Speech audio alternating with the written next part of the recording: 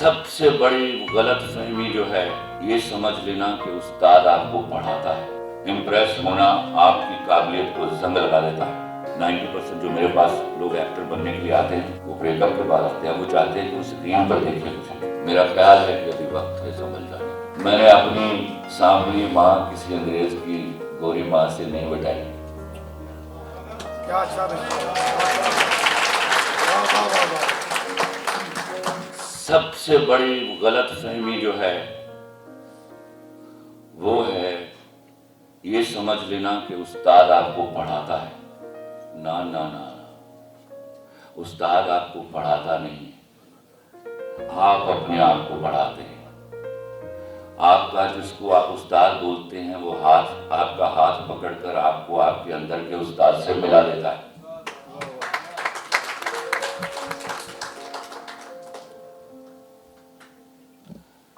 किसी को आइडियलाइज कर लें तो अल्लाह के वास्ते उस जैसा मत बनिए, उस जैसे आप बन नहीं सकते। उससे आगे निकल जाइए या दाएं बाएं निकलिए। आइडियल का मतलब हर किसी ये नहीं होता कि you have to follow the suit. Allah जब अता करता है तो अपने नूर की बूंद अता करता है, और चूंकि वो यकता है तो हर एक को वो यकता बना देता है। इसलिए उस यकताई को किसी के साथ डाइल्यूट मत होने दीजिए।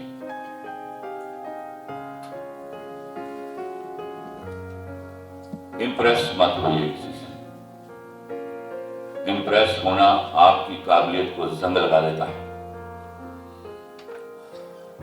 जो अच्छा लिख रहा है, जिस वक्त लिख रहा है उस वक्त तारीफ कर दीजिए। जब वो बुरा लिख रहा है तो बोलिए आपने बुरा लिखा है। जो परपेचुअल इज्जतें हैं वो सिर्फ अल्लाह के पास हैं। मुझे और बाकी लोगों को हर दफा काम करके दिखाना है। मैं नहीं दिखाऊंगा। जिस दिन नहीं दिखाऊंगा उस दिन मेरी तारीफ मत कीजिएगा। ये मेरे अंदर तकब्बुर पैदा करेगी। बचाइए हम जैसे लोगों को जिनको अल्लाह की अता है कि हमारी बारहा तारीफ करके हमें उस जगह पर न ले जाया जाए जब हम ये सोचने लगे कि हम बड़े लोग हैं। हम बड़े लोग नहीं हैं, हमारा फ्लूक लग गया हुआ है। शायरी में पढ़िए शायरों को जो मैं समझा। सबसे पहले तो देखिए कि आपके पास वो देन है परवरदिगार की। आपने किसी ब्रेकअप के बाद तय कर लिया है कि आपने शायरी करनी।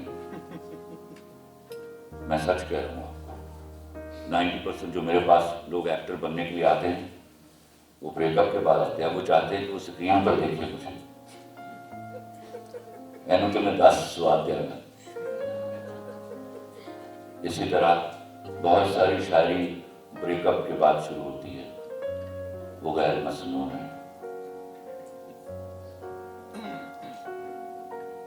इंतकाम में ना आप लिख सकते हैं ना किसी का कुछ बिगाड़ सकते हैं।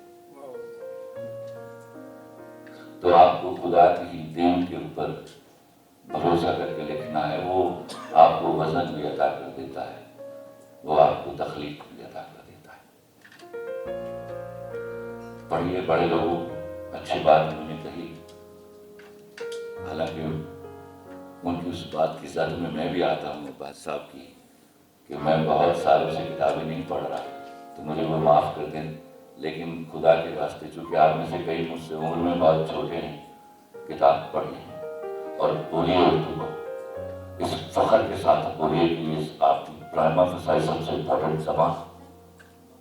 जब आप इसको बोलेंगे, एक दूसरे की गलतियाँ निकालिए। कोई तलफ़्फ़ुज़ की गलती की करे तो मुड़ के देखिए उसकी तरफ, गुस्से से ज़लील कीजिए उसको।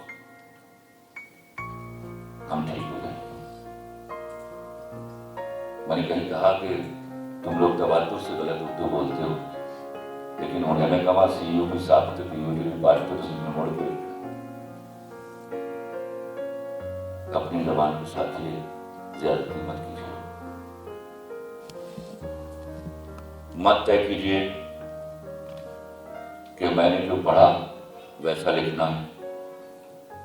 अपने अंदर की काबिलियत को टटोलिए, यकता हो जाइए कि वो यकताओं को पसंद करता है। वो जब मुझे आपको सबको अलग अलग शक्लें दी हैं तो यकीन कर लीजिए हमारे ऊपर जिम्मेदारी और काम भी अलग अलग है। उस अलग अलग होने के करीने तक पहुंच जाइए। मैं ये बनना चाहता हूँ। नो, जो अल्लाह ने आपको दिया है उस वक्त से कहिए कि अल्हम्दुलिल्लाह मैं वो बनना चाहता हूँ जो मैं हूँ। अभी वक्त है संभल जाने का। मेरा ख्याल है कि अभी वक्त है संभल जाने का। आज से 10 साल के बाद ये वक्त आपके पास नहीं रहेगा। ये अजीबोगरीब कौम है जो कयामत तक काम उर्दू में करेगी और पढ़ेगी अंग्रेजी। किसी दफ्तर में, किसी टेलीविजन में, किसी फिल्म में हम अंग्रेजी में काम नहीं कर पाएंगे। ठीक किसी अंग्रेजी लिख देते हैं बीच में कहीं, लेकिन हम पढ़ेंगे अंग्रेजी। किसी दिन आप बैठ के सोचिए हम किस अलमी का शिकार हैं। उस अलमी से हम गुजर सकते हैं, सुरखरू हो सकते हैं अगर आप उर्दू की तरफ ध्यान देना शुरू कर दें। अंग्रेजी मुझे भी आती है, यकीन कीजिए मैंने 3 दफ़ा टॉप किया हुआ अंग्रेजी में, लेकिन मेरी उर्दू जैसी कोई जबान नहीं है। मैंने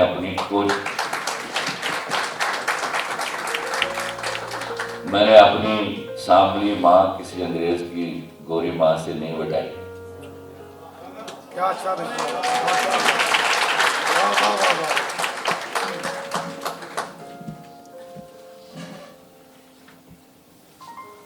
एक दूसरे को मानिए। अल्लाह के वास्ते ये वो जगह थी जहां मैं आना चाहता था।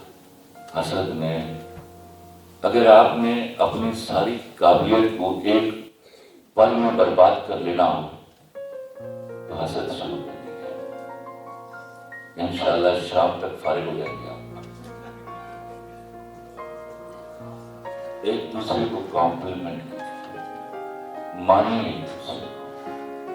खुदा की कसम, मेरे मुल्क में सबसे बड़ा मसला यह है कि हम एक दूसरे को मानते नहीं। आपको जब खुदा अता करता है तो वो यही चाहता है कि आपको मान लिया जाए, वरना उसको अता करने की जरूरत क्या है। तो जब वो चाहता है कि आपको मान लिया जाए तो हम पर फर्ज है कि हम मान लें आपको। जिसको कुछ ज्यादा आता है वो उससे बहस में जाए जिसको कुछ कम आता है। कम आता कम लिखना नहीं होता, कम तर लिखना नहीं होता। उसका मतलब होता है कि उसका ऑब्जर्वेशन कम है। बहुत सारी चीजें ऑब्जर्वेशन में आपके पास है जो मेरे पास नहीं है। उसमें आप अलग हैं मुझसे ज्यादा बेहतर लिख पाएंगे। उन ऑब्जर्वेशंस को शेयर करते हैं दूसरे के साथ। लिखने वाला बुनियादी तौर पर चोर होता है, जो मेरा मानना है। वो चुराता है किसी के दुख को, किसी की फील को, किसी के गम को, किसी की खुशी को, फिर पिराए बनाता है, फिर लिखता है उनको। अक्सर राइटर से सवाल किए जाते हैं कि क्या आप इस वारदात से गुजरे हैं? नहीं, उस राइटर के सामने वो वारदात